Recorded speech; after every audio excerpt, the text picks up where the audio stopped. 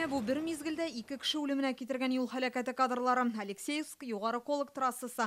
Лада машинасы каршы як юлга чыга һәм йөк автомобиленә килеп бәрелә. Җиңел машинага шунда ук ут каба һәм ул янып китә. Алгы ягы бөтенләй юк диярлек. Каты бәрелүдән автомобиль йөртүче һәм пассажир урында ук һәлак булалар.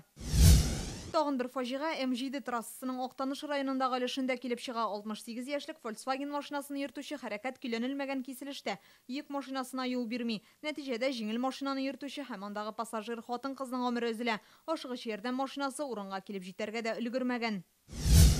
Әлмәт районының Яңа Нәдер авылы янында 39 яшьлек ир-ат мотоциклдан егылып һәлак була. Якынча мәгълүматлар буенча ул ташлы юлдан барган, тизлеген арттырган һәм әйләнеп капланган.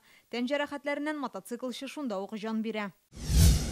Җомгадан шимбәгә каршы төндә Югары Ослан районында түләүле М12 трассасында Volkswagen автомобиле каршына пышы килеп чыга.